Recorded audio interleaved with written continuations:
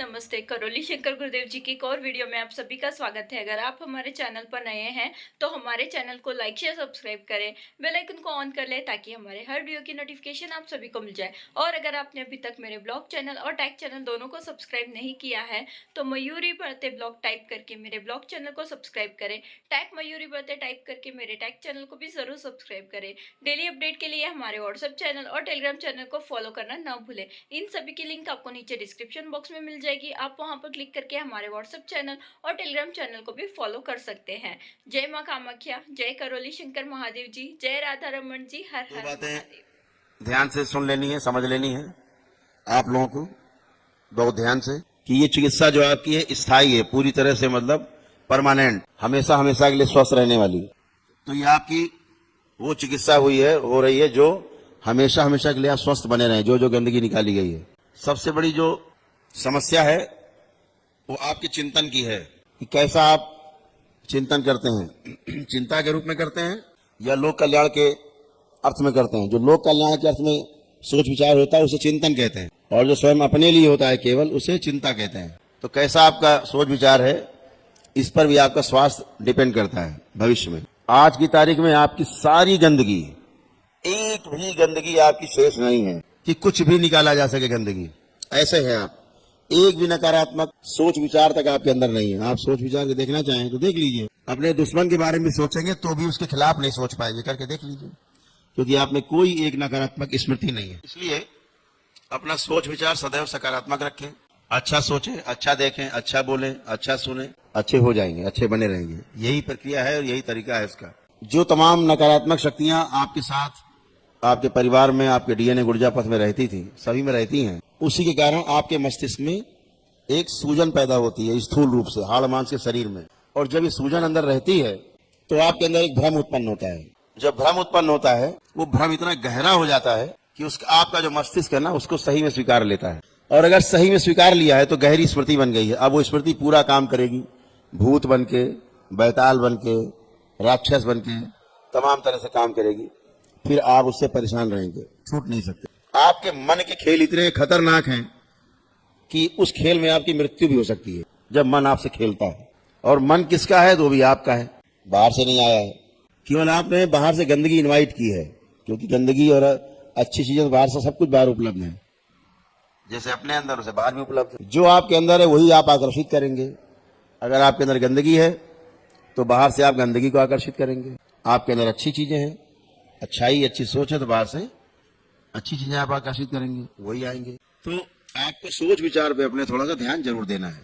तो जो आपके मस्तिष्क में सूजन हो जाती है, फिर भ्रम उत्पन्न होते हैं, भ्रम के कारण रोग उत्पन्न होते हैं। वह रोग बुखार से लेकर के और आपके कैंसर, एड्स, तमाम बीमारियां, बड़ी बड़ी जो असाध्य रोग हैं वो सब बनते हैं आपके शरीर में। तो आपको भ्रम समाप्त करना है, ये सूजन हटानी है। सूजन हटाने के लिए अभी तक इस पृथ्वी में ऐसी कोई औषधि नहीं बनी है जो आपकी सूजन हटा सके।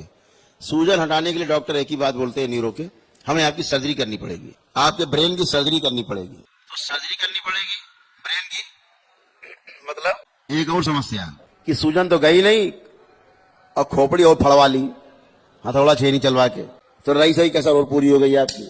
सूजन जाने की कोई दवा नहीं बनी आज तक। दूसरा, ऐसी कोई औषधि भी नहीं बनी आज तक जो आपके मस्तिष्क में प्रवेश करा दे डॉक्टर सीधे, तुम्हारा फायदा होने लगे, तो वो भी नहीं है। तो फिर क्या करते हैं न्यूरो के डॉक्टर साहब, आपको बेवकूफ बनाते हैं। क्यों? खुद ही बेवकूफ हैं, बेचारों को पता ही नहीं ये समस्या कहाँ पे है। आपको शायद पता ना हो कि हमारे मस्तिष्क में एक सेकंड में, ये आधुनिक विज्ञान भी कहता है, अब आधुनिक चिकित्सा विज्ञान अब इसको कहता है, मानता नहीं, कहता यहाँ होता है। आपको जान के आश्चर्य होगा, आपके मस्तिष्क के अंदर निरंतर विस्फोट होता रहता है, विस्फोट चलते रहते हैं। और आपको ये जान के आश्चर्य होगा कि एक सेकंड में, एक मिनट नहीं कह रहे हैं, घंटा नहीं कह रहे हैं, एक घंटा या एक मिनट नहीं कह रहे हैं, एक सेकंड में आपके इस मस्तिष्क के अंदर 1,00,000 केमिकल रिएक्शन होते हैं हर सेकंड में। इसलिए इस मस्तिष्क को समझ पाना आदमी के बस की बात नहीं। क्यों? क्योंकि इसे आदमी ने नहीं बनाया है। जो चीज आदमी ने नहीं बनाई है और स्वयं उसमें लगी हुई है, उसको समझ पाना थोड़ा मुश्किल काम है। ख्याली पुलाव पका लेता है, समझ नहीं पाता। समझने के लिए ये 2 आंखें नहीं, ये एक आंख चाहिए। जो बेचारे वैज्ञानिकों के पास नहीं है। उनके पास दो आंखें हैं, दूरबीन से देखते, इसलिए समझ नहीं पाते। जहां दो चीजें रहेंगी वहां भ्रमित होंगे। प्रेम गली अति सांकरी, जहां में अध्ययन न समाये, दो हुआ गड़बड़ हुआ, एको हम द्वितीयो नास्ति। एक ही है, उसके लिए भी दृष्टि भी एक वाली चाहिए, सिंगल, आपकी अपनी दृष्टि स्वयं की। और इसीलिए जो बड़े बड़े वैज्ञानिक हुए, क्योंकि उनका कंसंट्रेशन, उनका जो ध्यान देने की क्षमता, एकाग्रता बहुत पैनी हो जाती है वैज्ञानिक की, जो रिसर्च करते हैं, अगल बगल से टूट जाते हैं। वो ध्यान ही है, वो एक प्रकार का ध्यान है, गहरा ध्यान है उनका। वो धीरे धीरे उनकी ये दृष्टि खुलती जाती है। तो जो बड़ा वैज्ञानिक, जो बड़े बड़े वैज्ञानिक है, आखिरी में एक किताब जरूर लिख गए बाद में कि हमने जो कुछ पीछे देखा सब गलत है। धीरे धीरे विज्ञानी से ज्ञानी बन जाता है, फिर उसकी दो दृष्टि जो है वो बंद होकर के सिंगल वाली खुल जाती है। तो पछताता है जिंदगी भर कि मैंने क्या कहा, क्या था और क्या देख रहा हूं, असली बात तो यहाँ है। लेकिन अब कहे किससे, कहे तो बेवकूफ समझा जाएगा, तो किताब लिख जाते हैं। सरकारें क्या करती हैं, किताबों को छिपा देती हैं क्योंकि थ्योरी गलत हो जाएगी। बुद्ध को इस देश से क्यों दौड़ाया गया, भगाया गया गौतम बुद्ध को? गौतम बुद्ध ने जैसा देखा वैसा बोल दिया, जो देखा वही बोल दिया। सत्य बोलने से परहेज नहीं किया, बचाया नहीं कुछ, अपना नहीं जोड़ा उसमें। तो जितने ज्ञानी थे इस देश में, डंडा लेके निकल पड़े और कहा जिसको भगाओ पहले देश से। क्या कह दिया है भगवान बुद्ध ने? इतना कह दिया कि आत्मा आत्मा जैसी कोई चीज नहीं है जो मुक्त होती है, कोई आत्मा नहीं। तो पूरी थ्योरी गलत हो गई। भगवान श्री कृष्ण गीता में कह रहे हैं, पहले अध्याय शुरुआतें कह रहे हैं, एकदम पहला श्लोक कह रहे हैं, जो पहला अध्याय है, कि मैं शरीर नहीं, मैं आत्मा हूं। अब सारे उपनिषद, सारे वेद, शास्त्र, पुराण सब आत्मा पे आधारित है। बुद्ध ने कह दिया आत्मा होती ही नहीं, मानते ही नहीं। तो अब झगड़ा खड़ा हो गया ना। अब अगर वो थ्योरी लागू हो जाएगी आत्मा नहीं, तो पीछे ग्रंथ बेकार। ऐसे वैज्ञानिकों के सामने संकट। गैलीलियो ने, शायद गैलीलियो नाम था वैज्ञानिक का, उसने कह दिया था धरती गोल है। गैलीलियो था सर। तो वहां की जो सरकार थी, कहा इसको फांसी चढ़ा दो। क्यों? उनकी किताब में लिखा है, बाइबल में, कि धरती चपटी है, अंडाकार है, अंडे की तरह चपटी है। और उसने, वैज्ञानिक था वो, गहरा जो ध्यानी हो गया था, विज्ञानी की जगह ज्ञानी बन गया, वो गहरा ध्यान। तो उसने देख लिया, अरे यार ये तो बिल्कुल गोल है, बिल्कुल। तो उसने कहा धरती चपटी नहीं, धरती गोल, कहीं इसको फांसी चढ़ाओ, पहले इसको लाओ। अब वो लाए गए भाई, क्या बताओ भाई धरती गोल है कि चपटी है? तो उनका नहीं नहीं प्रभु, धरती चिपटी है, गोल है ही नहीं, बिल्कुल चिपटी है, अंडे की तरह। जान बचाओ किसी तरह इनसे, तो जान बचाई, तो सही बात कहने नहीं देंगे। सत्य सुनना कहने से ज्यादा खतरनाक है, थोड़ा। तो जब हम बात करते हैं न्यूरो की, तो अभी न्यूरो डिपार्टमेंट बहुत असहाय की स्थिति में है। और आपको ये जान के और आश्चर्य होगा कि जितना भी ये चिकित्सक समाज है, डॉक्टर हैं, सर्जन हैं, अगर 10 सर्जन बैठे अलग अलग डिपार्टमेंट, आंखों का सर्जन हो, है ना, पेट वाला हो सर्जन अलग होता है, हृदय का जो सर्जरी करने वाला डॉक्टर सर्जन अलग होता है, ऐसे अलग अलग अंग के स्पेशलिस्ट होते हैं। हड्डी वाले अलग होते हैं स्पेशलिस्ट, दांत वाला डेंटिस्ट अलग होता है, कहे सब डॉक्टर जाते हैं। अगर 10 बैठे हैं और न्यूरो का डॉक्टर आ जाए, न्यूरो का सर्जन, सब खड़े हो जाते हैं। अरे बाप रे, सबसे बड़ा बेवकूफ आ गया। वो सबसे बड़ा बेवकूफ है, पता ही नहीं उसको उस बारे में कुछ, चिकित्सा करे जा रहा है। हम तो कहते हैं इन चिकित्सकों से सम्मान पूर्वक कि भाई सत्य को कम से कम न स्वीकार करो, तो उसको देखने की कोशिश तो करो, देख करके गलत साबित करो उसको, कम से कम गलत तो साबित करो। अगर मान लीजिए दरबार से अपने चिकित्सा हो रही है, लोग न्यूरो के आते हैं, जैसे डिप्रेशन में लोग तमाम बैठे हैं, यहाँ पे डिप्रेशन के पेशेंट थे, दवा खा रहे 10 साल से 20 साल से, अभी किसी को डिप्रेशन नहीं बचा है, एक आदमी को डिप्रेशन नहीं है, खत्म, और दवा खा रहे हैं 20 साल से। तो डॉक्टर साहब को कहना जिंदगी भर खाना है दवा, ये कौन सी चिकित्सा है भाई कि दवा जिंदगी भर खाना आपको डिप्रेशन की? तो डिप्रेशन जो है, धीरे धीरे क्या होता है, जब डिप्रेशन से आप बाहर नहीं निकलेंगे तो पागल हो जाएंगे, फिर आपकी लंबी चिकित्सा चलेगी।